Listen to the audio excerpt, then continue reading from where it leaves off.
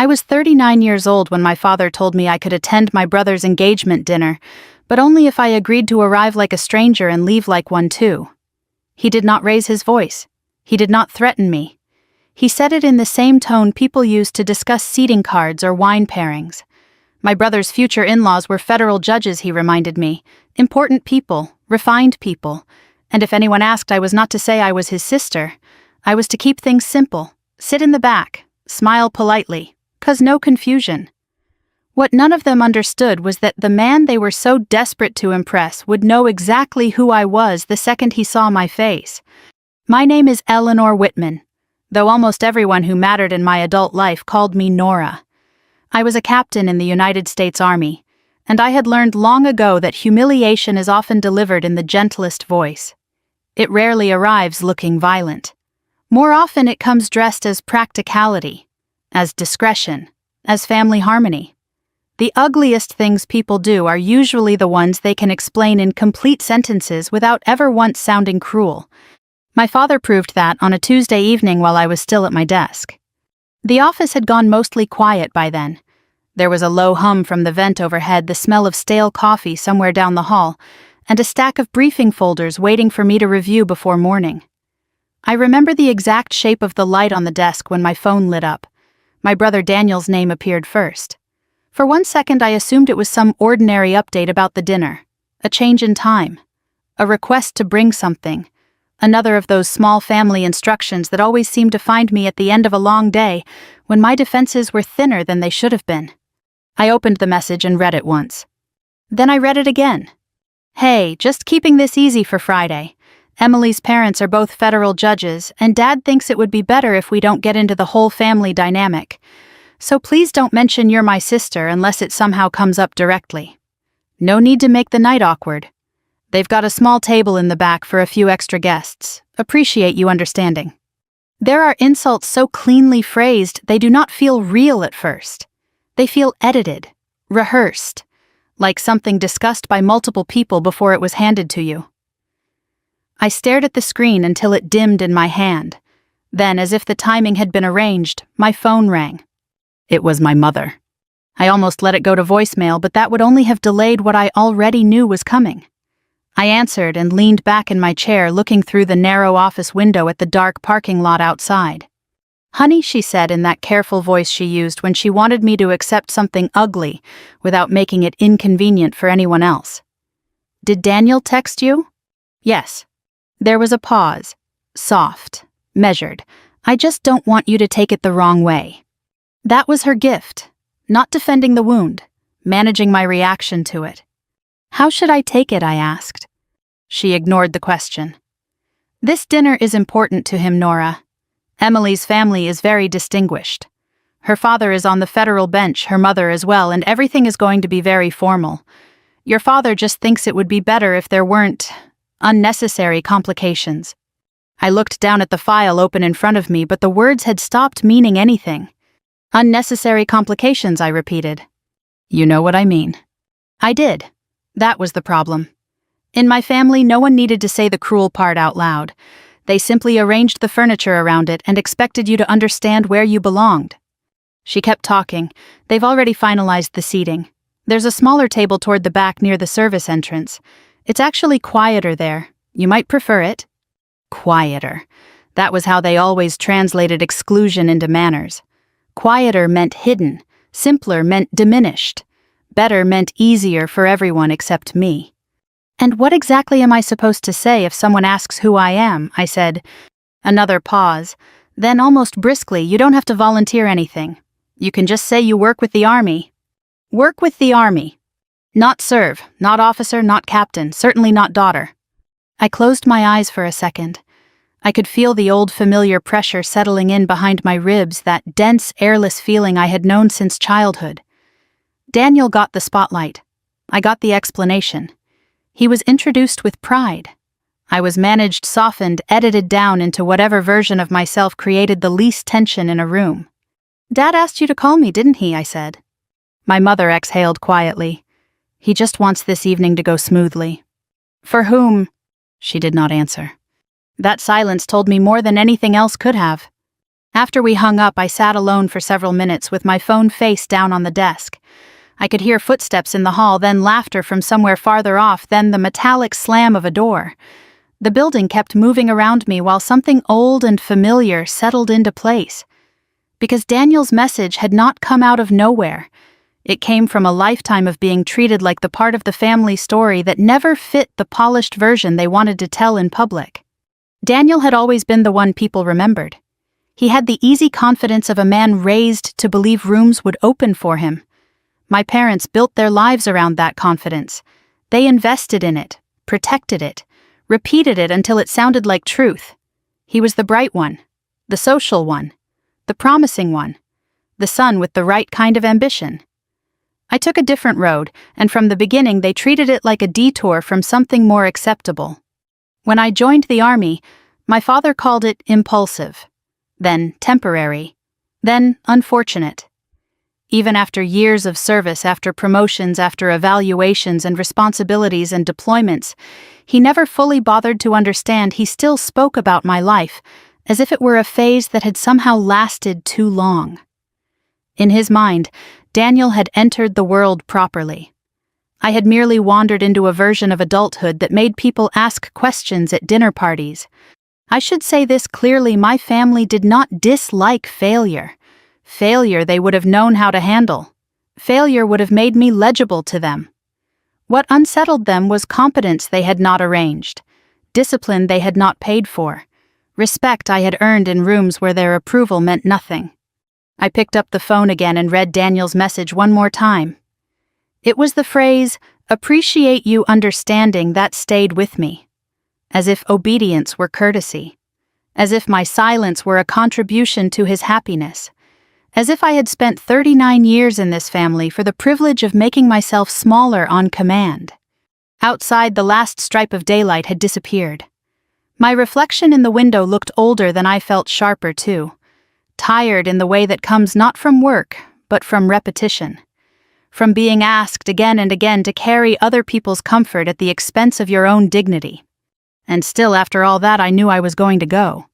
Not because they deserved my presence, not because I believed kindness would finally teach them something, but because somewhere beneath the humiliation, beneath the anger, beneath the old and familiar ache of being reduced, there was another feeling beginning to take shape. Colder, clearer. The sort of clarity that arrives when a person finally understands that helping people lie about you is still a form of surrender. I did not answer Daniel that night. I did not call my father back. I simply sat there in the dim office with the stack of papers untouched in front of me and let the truth settle all the way in. They wanted me present but not acknowledged, close enough to count, far enough away to deny. What none of them understood was that the very man they were trying so hard to impress had every reason to know my name.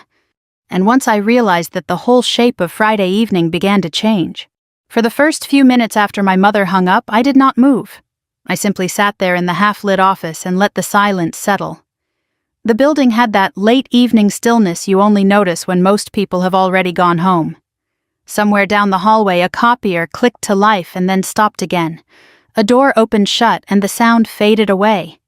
The world kept moving in small mechanical ways while my family's message sat in my pocket like something sharp. It would be easy to pretend that Daniel's text had shocked me. It would make the story cleaner. But the truth is uglier and more familiar. What he asked of me that night was not new. It was simply the most honest version of a pattern that had been quietly shaping our family for years. Daniel had always been the son my parents could introduce without explanation. He was charming in the effortless way some people are when they have spent their entire lives being admired for it. Teachers liked him, coaches liked him, parents of other children liked him. He learned early that a confident smile and the right joke could open almost any door, and my parents built their hopes around that gift the way some families build around inheritance. When he got into a prestigious university, my father talked about it for months. Not privately either. He told the neighbors. He told the man who serviced our furnace. He told strangers at church who had not asked. It was as if Daniel's acceptance letter had finally proven something about the Whitman name that my father had been waiting his whole life to demonstrate. I remember the night of that celebration dinner very clearly. I was 19. I had just signed my enlistment papers 2 weeks earlier, though my parents were still pretending the decision might somehow evaporate if they ignored it long enough.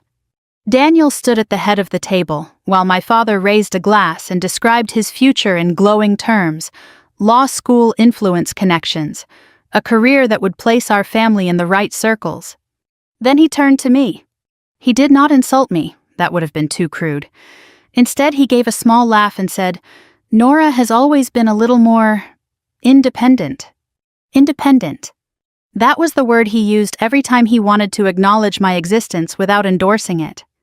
By the time I joined the army officially, that language had hardened into something almost ritualistic. My parents would explain me to new acquaintances the same way every time. Our daughter works with the military. Not serves, not leads, not commands. Works with. The distinction mattered to them. Service sounded too serious, too permanent, too different from the professional trajectories they understood. Works with the military suggested something temporary and administrative, something that could still fit neatly into the story they preferred. Over time, I stopped correcting them. Partly because arguing never changed anything, but mostly because my real life existed in a world that had nothing to do with their approval. In the army, people did not care whether your father liked your career choices. They cared whether you could be trusted, whether you showed up when things got difficult, whether the people under your command felt safer because you were standing there instead of someone else. Respect in that environment had a very different texture. It was quieter, harder, real. That was where I built my life. And for a long time, that separation made things easier. My family stayed in their orbit of charity galas and professional networking dinners, while I moved through a completely different system of responsibility and consequence. When we saw each other on holidays, the conversations stayed shallow enough that everyone could pretend the distance was simply logistical. But Daniel's engagement had changed something.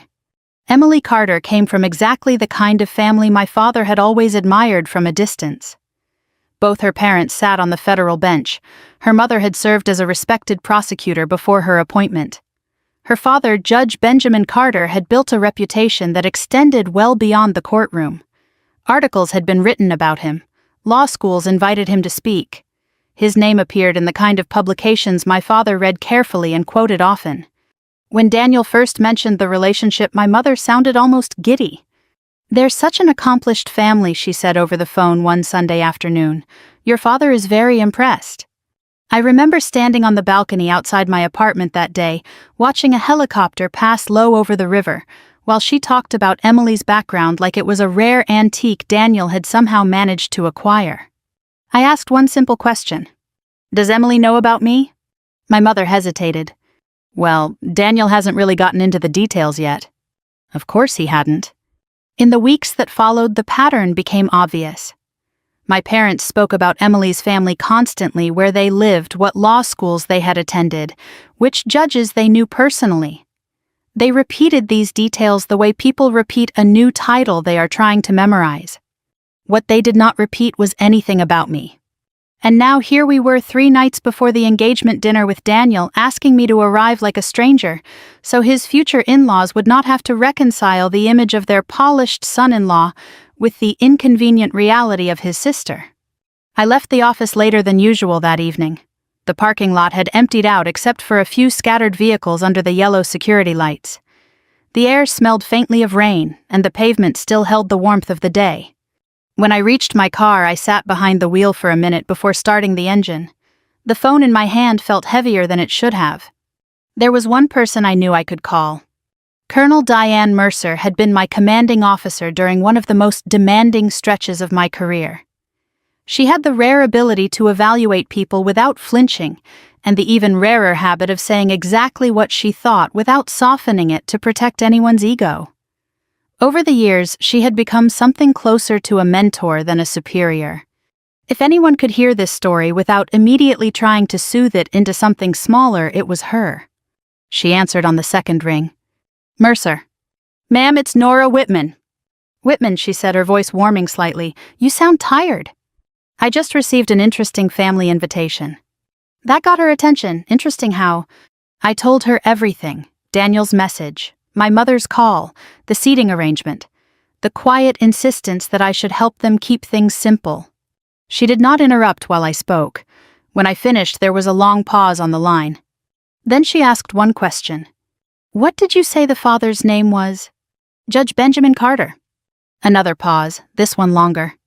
When she spoke again, there was a faint note of disbelief in her voice. Whitman, she said slowly, does your family have any idea who you are? I leaned my head back against the seat and looked up through the windshield at the dark sky. No, I said. They don't. Colonel Mercer exhaled softly. Well, she said that dinner might be more educational than they expect. Colonel Mercer did not laugh after she said that. That was one of the things I had always respected about her. Some people treat uncomfortable truths like opportunities for humor. Mercer treated them like coordinates, something to mark on a map before you decided what direction to take next. For a moment the line stayed quiet except for the faint rustle of movement on her end. Then she said, Tell me something, Whitman. Are you planning to go? Yes. There was no hesitation in my voice when I answered, and I noticed it the moment the word left my mouth. That decision had already been made somewhere deeper than anger. Mercer heard it too. Good, she said simply. That's it. No advice about avoiding family drama. You're 39 years old and a United States Army officer, she replied. If you need me to tell you how to behave at dinner, we've both wasted a lot of time. Despite myself, I smiled. She continued in that dry, matter-of-fact tone that had carried half a dozen officers through situations far more complicated than awkward social events. Your brother is about to marry into a family that takes character seriously, she said. People like Judge Carter didn't build reputations by being easily impressed. I don't want to embarrass anyone, I said. That may not be entirely within your control. I leaned forward over the steering wheel, resting my elbows there while the cool leather pressed against my arms. The parking lot was empty now except for my car and one security truck idling near the gate. You sounded surprised when you heard his name, I said. Mercer gave a small hum of acknowledgement. Judge Carter spoke at a legal military symposium 2 years ago, she explained. National security oversight. Civilian courts reviewing operational conduct. You weren't in the room when he arrived, but I remember the panel discussion afterward. What about it? He quoted you. That made me sit up. Excuse me. He referenced a field assessment you submitted during the coastal evacuation operation, the one about command accountability during civilian coordination. I stared out across the dark asphalt. That memo wasn't even public. It circulated, Mercer said calmly, in the right circles. For a moment I said nothing. That report had been written at 3 a.m. in a temporary operations center while half the coastline was still underwater. I had not written it to impress anyone. I had written it because the chaos we had seen demanded a clear accounting of what worked and what did not. I had assumed it disappeared into a government archive like most documents of that kind.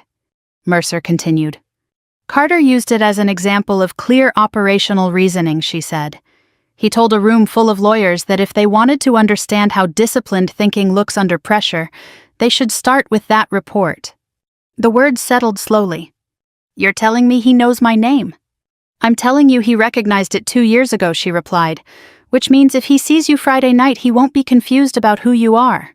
I exhaled quietly through my nose. Daniel is going to hate that. That's Daniel's problem. The calm certainty in her voice felt like solid ground under my feet. What would you do? I asked. Mercer did not answer right away. Finally, she said, if it were me, I would go exactly as invited. You mean sit quietly at the back? Yes.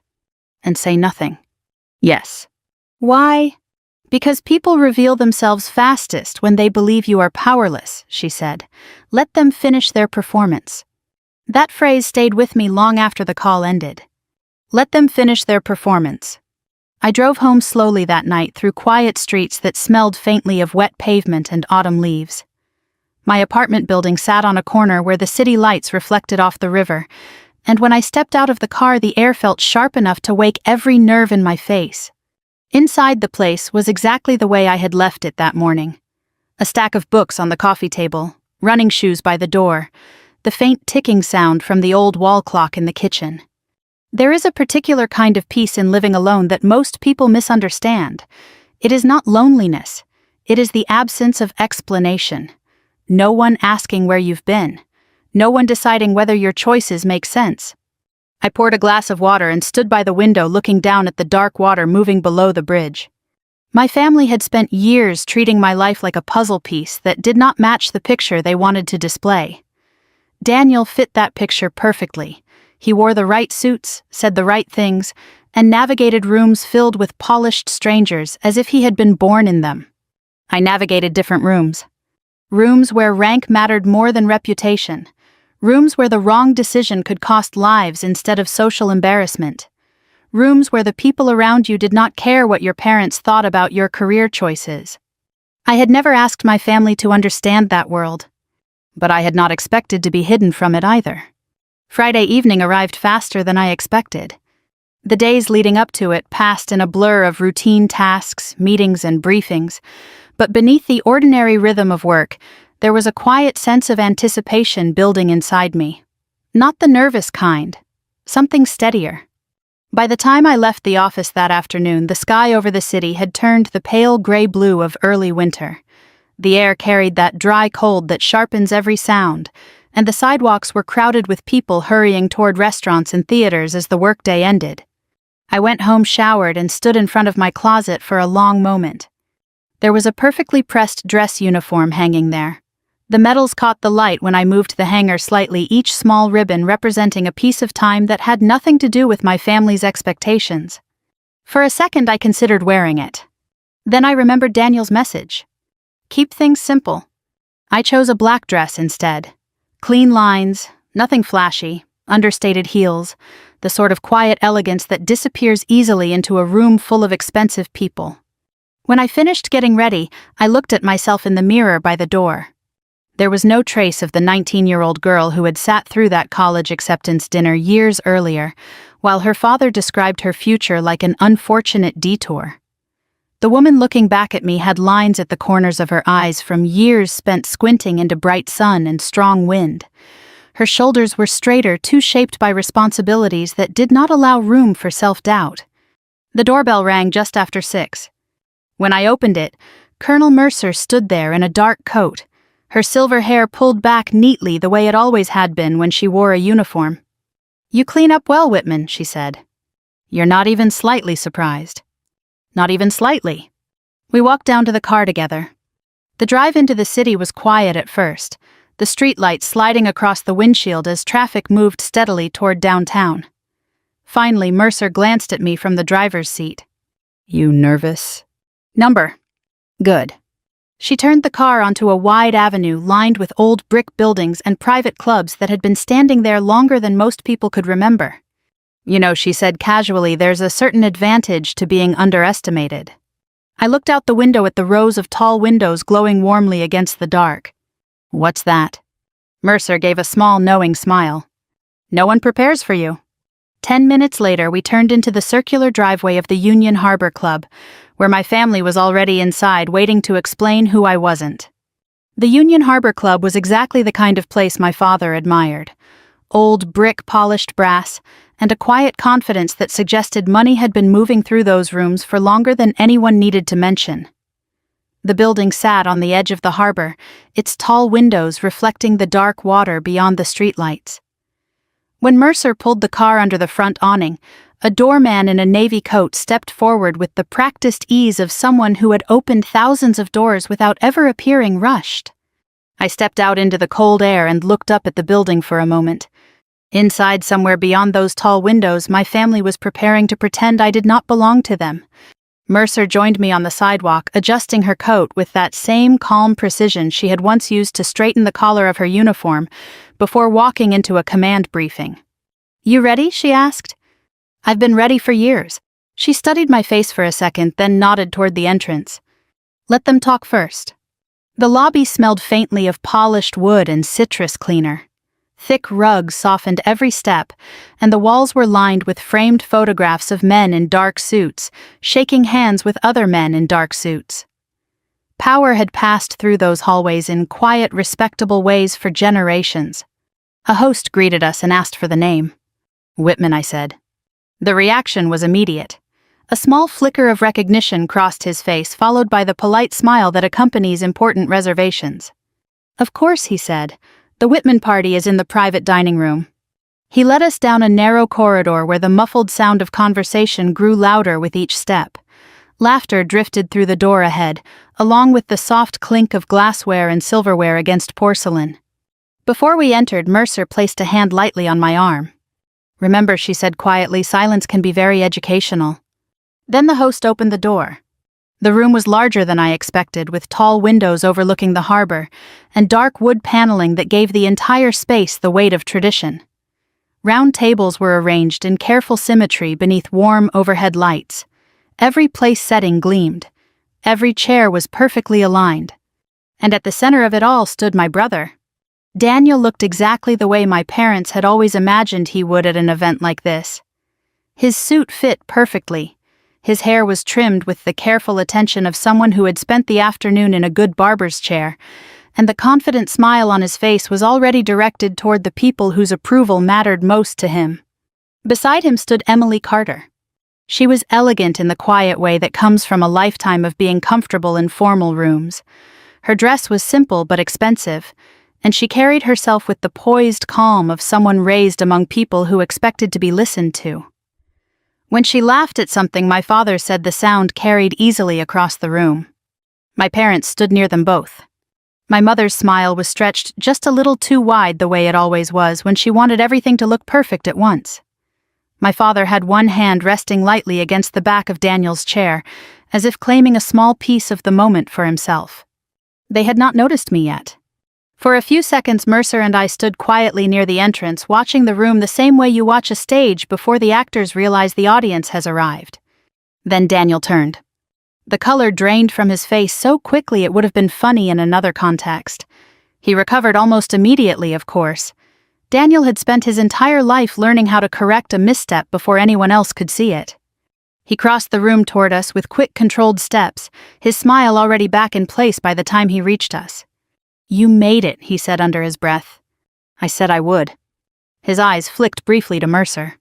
"And you brought—" "Colonel Diane Mercer," she said, extending a hand before he could finish the question. "Retired." Daniel shook it automatically, though I could see the calculation behind his eyes. He did not recognize her, but he recognized the weight of the title. "Of course," he said. "Welcome." He turned back to me, lowering his voice even further. "You're a little early." "I'm on time."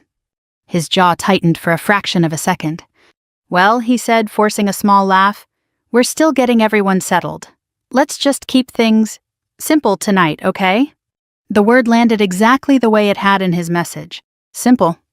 Before I could respond, Emily appeared beside him, graceful and composed. "Daniel," she said warmly, "aren't you going to introduce me?" He hesitated. The moment was brief, no longer than the pause between breaths, but I felt it clearly.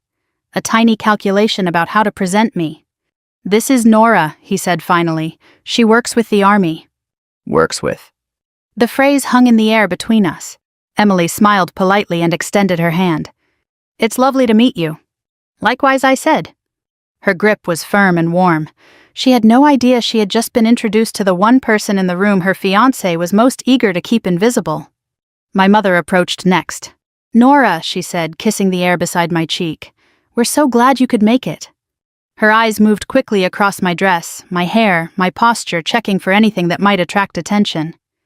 Apparently satisfied, she lowered her voice. "We saved you a seat in the back," she added. "It's quieter there." Quieter. I followed her gaze across the room. Near the far wall, beside a narrow door used by the serving staff, stood a small table with only 3 chairs. It was slightly removed from the rest of the arrangement, just far enough away that conversations from the main table would reach it as a distant murmur. Out of sight. Out of the story. "Perfect," I said. My father joined us then. He did not hug me. He simply nodded, once his expression calm and controlled. "Good of you to come," he said. There was no apology in his voice, no acknowledgement of the message that had been sent days earlier. Just expectation. As if my compliance had always been inevitable. A server approached with a tray of champagne flutes, offering them to the guests near the entrance. Mercer accepted one, though I noticed she did not drink from it. Daniel glanced again toward the back table.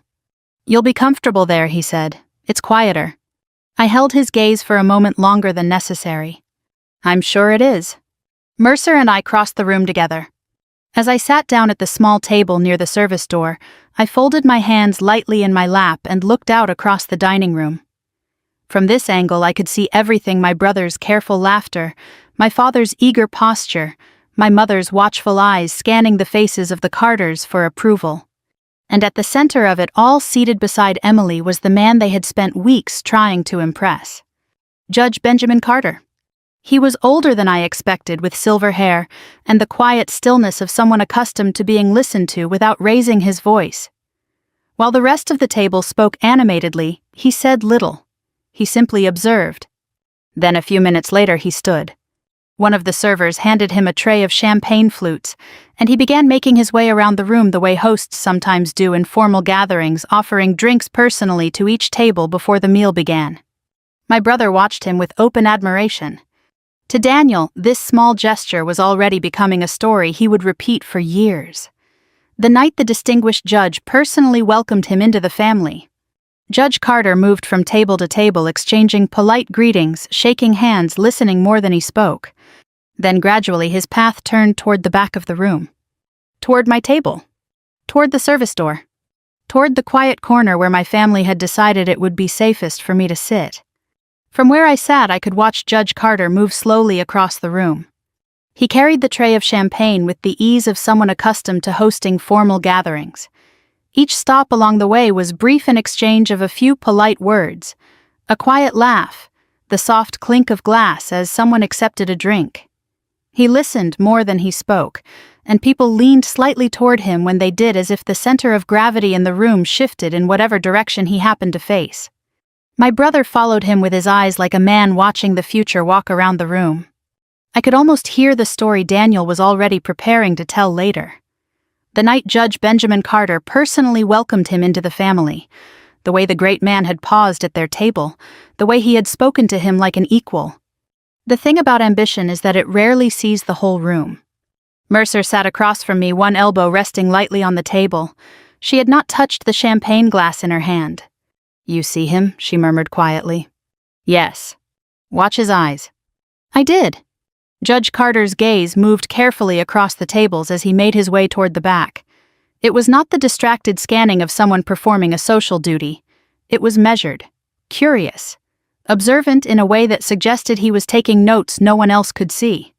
At the main table, my father was speaking animatedly to Emily's mother, his voice rising just enough to carry.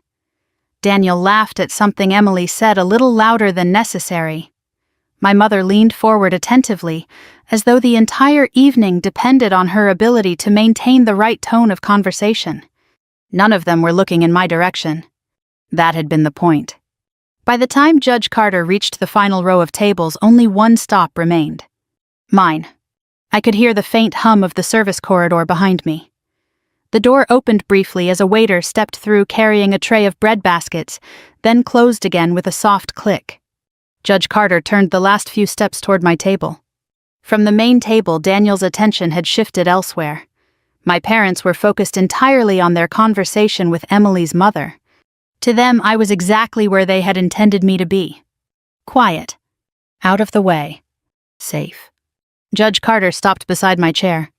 For a moment, he simply looked down at the tray, adjusting the position of the glasses slightly, as if preparing to offer them. Then he lifted his eyes. It took less than a second. I watched the recognition arrive in his expression like the sudden change in weather before a storm. His entire posture shifted, not dramatically, but enough that the tray in his hands tilted slightly, and two champagne flutes tapped together with a clear, bright sound. He stared at me. Not with confusion. Not with the polite uncertainty of someone trying to place a face. With unmistakable recognition. The tray lowered slowly to the corner of my table. And then he straightened. When he spoke, his voice carried farther than he probably intended. "Ma'am, Captain Whitman." The room changed instantly. It was not loud. No one gasped, no one shouted, but conversation across the dining room faltered in the subtle way that trained social spaces always do when something unexpected happens. Heads turned gradually, then more quickly as the silence spread. I stood automatically. Military habit. Respect offered to someone who had addressed me directly. Judge Carter reached out and shook my hand with both of his. I did not realize you were here tonight, he said. His tone was warm, almost surprised. It's an honor to see you again. By then, every face at the main table had turned toward us. My brother's expression froze first. Then my mother's smile faltered. My father rose halfway out of his chair before he seemed to remember himself and stopped. Emily looked from me to her father with open confusion. I could feel the attention of the entire room settling in our direction. I'm glad to see you again as well, sir, I said evenly. Judge Carter studied my face with the thoughtful calm of a man confirming something he had already suspected. I quoted your coastal evacuation report during a symposium in Washington, he said. One of the clearest analyses of command responsibility I've read in years. At the main table, my father blinked. My brother looked as though someone had suddenly rearranged the floor beneath his feet. I wasn't aware it had circulated that widely, I replied. Oh, it circulated, Carter said with a faint smile. 2 of my clerks still argue about one of your conclusions. He turned slightly toward Mercer. And you must be Colonel Mercer. Mercer stood smoothly beside me. Retired, Your Honor. Of course, he said. Your reputation precedes you as well. Across the room, Daniel was no longer smiling. My mother rose from her chair and hurried toward us, her heels clicking quickly against the polished floor. Oh, she said lightly, the word arriving half a second too late. You've already met Nora. Judge Carter glanced toward her, polite but unmoved. Yes, he said, we have. My father followed more slowly, his expression tightening with every step. Emily came with them, her confusion now sharpened into curiosity. This is Captain Whitman Carter, continued calmly gesturing toward me. One of the most disciplined operational thinkers I've encountered in recent years. The sentence landed like a stone in still water. Captain. Operational. Thinker. None of those words existed anywhere in the introduction my brother had offered earlier. My mother gave a small, nervous laugh. Nora has always been modest about her work, she said quickly. Carter's attention returned to me. That may be, he said. Then his eyes moved past me toward the empty chairs at my table, and his expression changed. He looked around the room once more, slowly taking in the arrangement of guests, the central table where my brother sat, the distance between that table and the quiet corner near the service door. When he spoke again, his voice was calm, but it carried clearly across the room. Why, he asked, is Captain Whitman seated back here? No one answered immediately. Daniel opened his mouth, closed it, then forced a smile that did not reach his eyes. There must have been some confusion with the seating, he said. It was the wrong sentence. Not because it was a lie, but because it revealed something much worse. Judge Carter looked at him carefully, then at my father, then back at me. And in that moment I saw something shift behind his eyes, the quiet calculation of a man who had spent his entire career recognizing the difference between coincidence and intention. For a moment no one spoke. The silence that settled over the room was not chaotic. It was controlled, almost professional, the kind that spreads through formal spaces, when people sense that something important is unfolding and instinctively step back to watch it happen. Judge Carter remained seated at my table. That decision alone changed the entire balance of the evening. He did not return to the main table where his daughter and future son-in-law waited. He did not treat our brief exchange as a pleasant coincidence before moving on to the rest of the room. Instead, he pulled out the chair across from me and sat down as if he had every reason in the world to be exactly where he was. The tray of champagne still rested untouched on the corner of the table. From the corner of my eye, I saw my brother's posture stiffen. Daniel had spent his whole life understanding rooms, reading them, controlling them. But this room was no longer moving according to his script. Judge Carter rested one hand lightly on the table. I asked a simple question, he said calmly. His voice was not loud, but every word landed with the quiet authority of someone accustomed to being answered.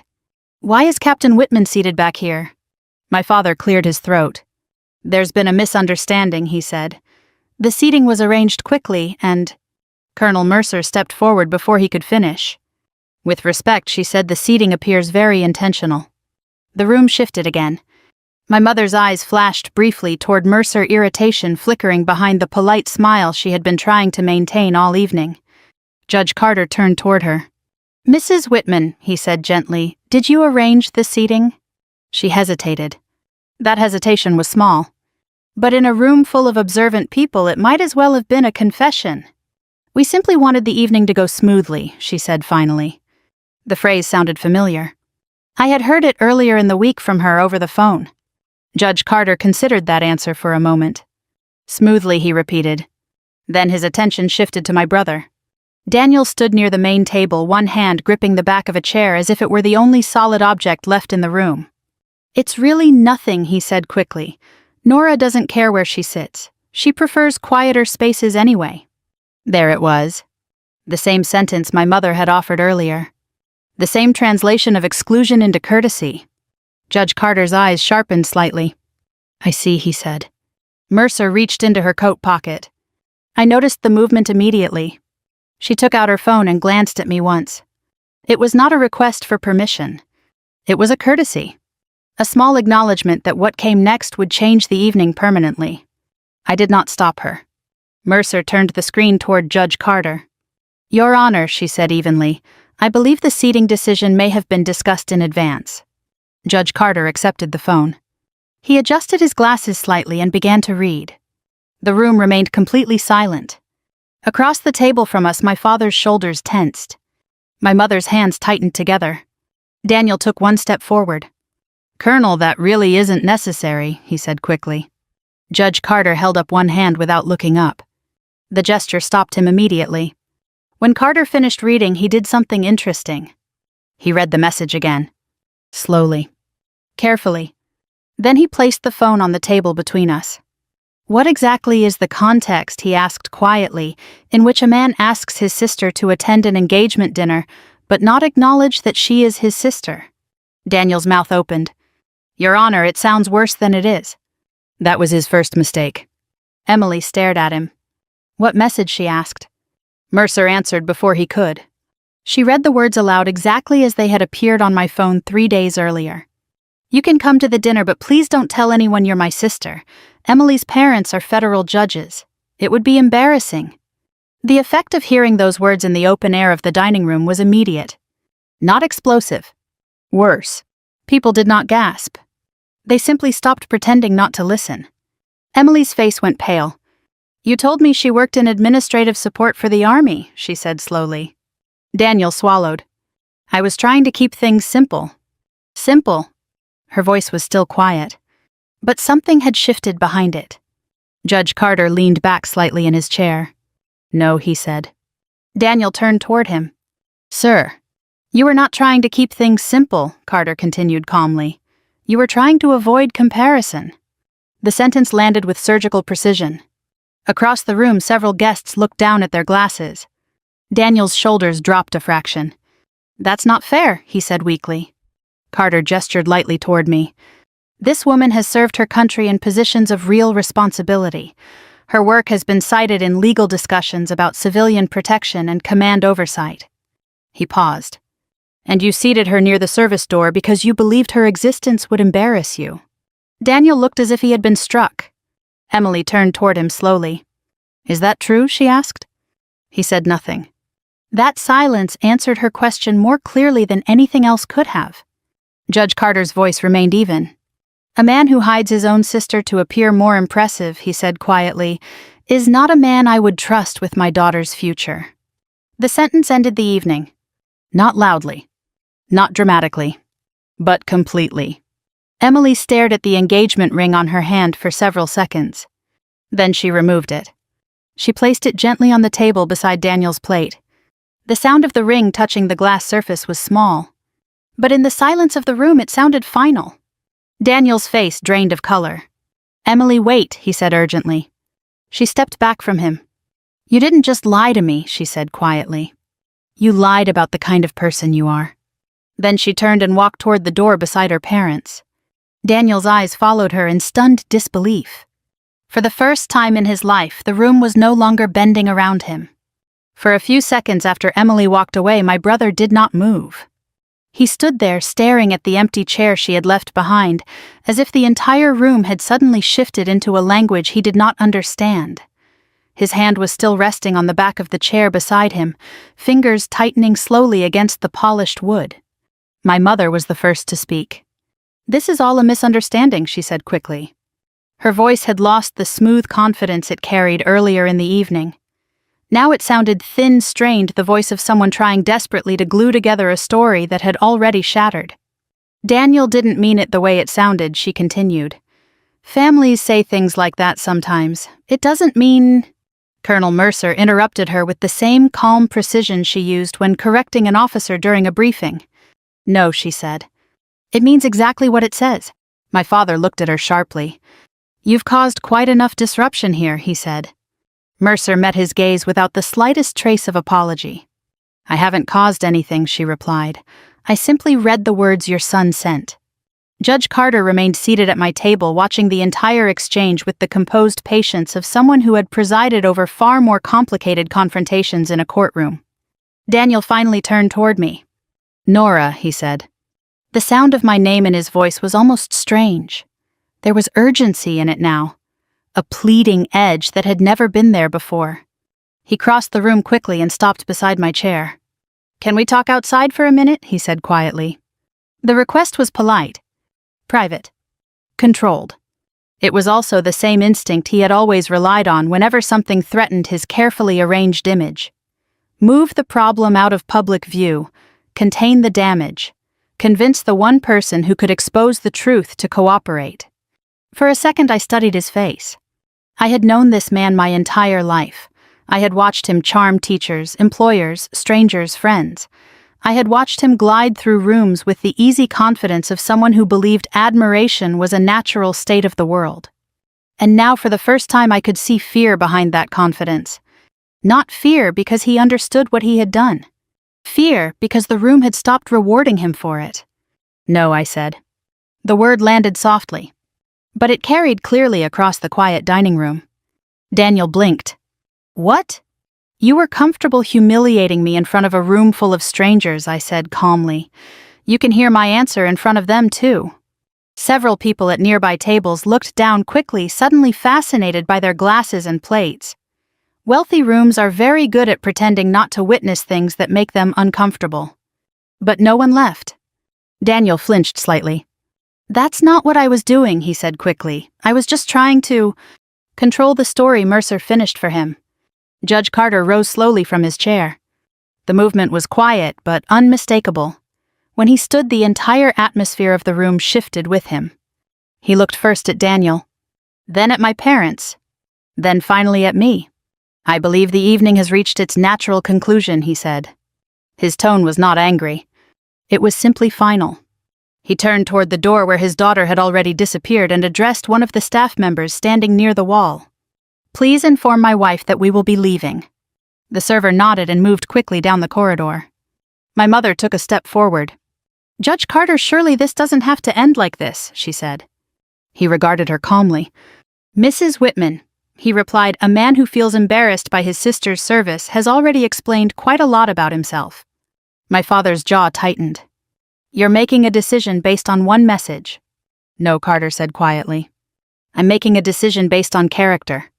The distinction settled over the room like a closing door. A moment later, Emily returned from the hallway, her coat draped over one arm. Her expression was composed now, though there was still a trace of hurt in her eyes.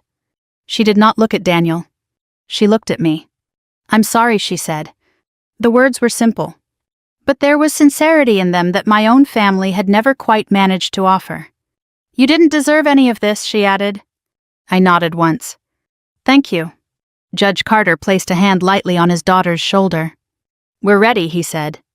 The two of them walked toward the exit together, followed by Emily's mother. The door closed quietly behind them. The dinner was over, even though half the food had not yet been served. Even though dozens of guests still sat in their chairs. Even though the decorations, the flowers, the carefully printed place cards all remained exactly where they had been an hour earlier. My brother stood alone beside the empty table where his engagement had just ended. My mother sank slowly into a chair. My father looked down at the tablecloth as if the pattern in the fabric might provide some explanation for what had just happened. For several seconds no one spoke. Then Daniel said my name again. "Nora." The word was softer now. Almost childlike. I stood. Mercer rose beside me. I picked up my bag from the back of the chair and looked at my brother one last time. "There's nothing left to discuss," I said. "Not tonight. Not privately. Not after years of being useful only when I agreed to stay small." We walked toward the door together. I could feel the eyes of the entire room following us, but for the first time in my life that attention did not feel like judgment. It felt like correction. Outside, the night air was cold enough to clear the last heat from my face. Mercer waited until we reached the curb before speaking. "You all right?" she asked. I looked back through the tall windows of the dining room. Inside, my brother still stood exactly where I had left him, surrounded by the quiet ruins of the evening he had spent months planning. Then I turned away. "I am now," I said. The weeks that followed unfolded exactly the way rooms like that always do. Stories travel quickly through quiet circles of influence, not because people intend cruelty, but because character revealed in public has a way of becoming conversation. Daniel's engagement did not recover. His carefully built professional reputation began to fracture as well. Not dramatically at first, just small questions, quiet doubts, the kind that accumulate slowly until the image a person has been selling no longer feels trustworthy. My parents tried to repair the situation in the only way they knew how. They rewrote the story. My mother sent a long email about forgiveness and family unity. My father left several messages explaining that I had always been the stronger one and should know when to let things go. I read the first few sentences of the email. Then I deleted it. Because the truth had finally become simple. They did not want justice. They wanted access. They wanted the version of me who would quietly absorb humiliation so the rest of them could continue living without consequences. That version of me no longer existed. I changed my number, filtered their emails, and returned to the life I had built long before that dinner ever took place. Work continued. Responsibility continued. Months later, when a promotion opportunity opened that had been quietly building in the background of my career, the people making the decision did not ask what my family thought about it. They looked at my record. They looked at my judgment. They looked at the work itself. And that was enough. Sometimes the most powerful revenge is not loud. It is simply standing in the truth long enough for everyone else to see who had value all along. If this story made you think about someone who deserves to be seen for who they really are, share it with them. And if you've ever had to walk away from people who only welcomed you when you agreed to stay small, I'd like to hear where you're watching from tonight. Leave a comment below and let me know your story. There are many more stories like this waiting to be told, so if you want to keep exploring them with me, make sure you subscribe and stay with us. We'll keep walking this road together.